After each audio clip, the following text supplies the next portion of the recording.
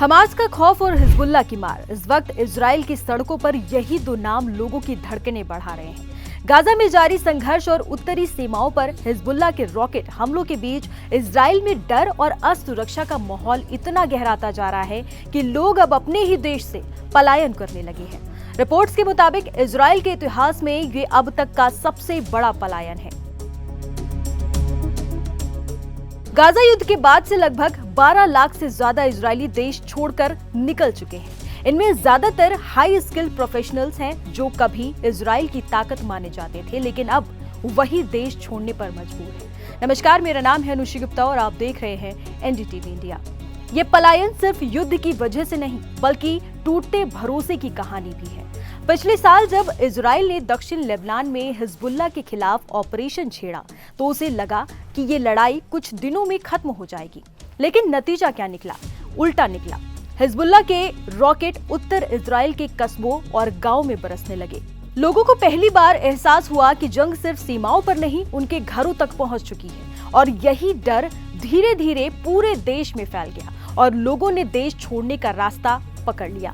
Israel की सरकार अब चौतरफा दबाव में है। प्रधानमंत्री नेतन्याहू के सामने आबादी घटने का संकट है। रिजर्व फौज में जवानों की कमी होती जा रही है क्योंकि बहुत से लोग विदेश में बस चुके हैं और वापस लौटना नहीं चाहते।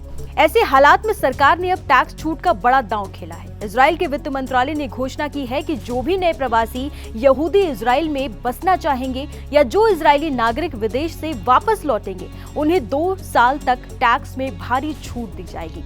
सरकार को अब ये उम्मीद है कि इससे देश छोड़कर गए लोग दोबारा अपने घर वापस लौटेंगे, लेकिन एक्सपर्ट्स का ये कहना है कि जब डर दिल में घर कर जाए तो सिर्फ पैसों से लोग नहीं रुकते।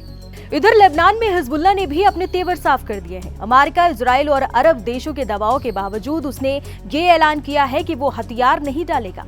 अगर तय सीमा के बाद इजराइल ने सैन्य कार्रवाई की तो लेबनान सीमा फिर से जंग के मैदान में बदल जाएगी। और इस बार सबसे ज्यादा असर उन इलाकों पर होगा जहां पहले ही लोग अपने घर छोड़ चुके हैं। रही सही कसर यमन के अंसारुल्लाह विद्रोहियों की मिसाइलों और जून में हुई ईरान इजराइल जंग ने पूरी कर दी है। हर तरफ से बढ़ते खतरे, घटती आबादी और डगमगाते भरोसे के बीच अब इजराइल खुद एक नए संकट से जूझ रहा है।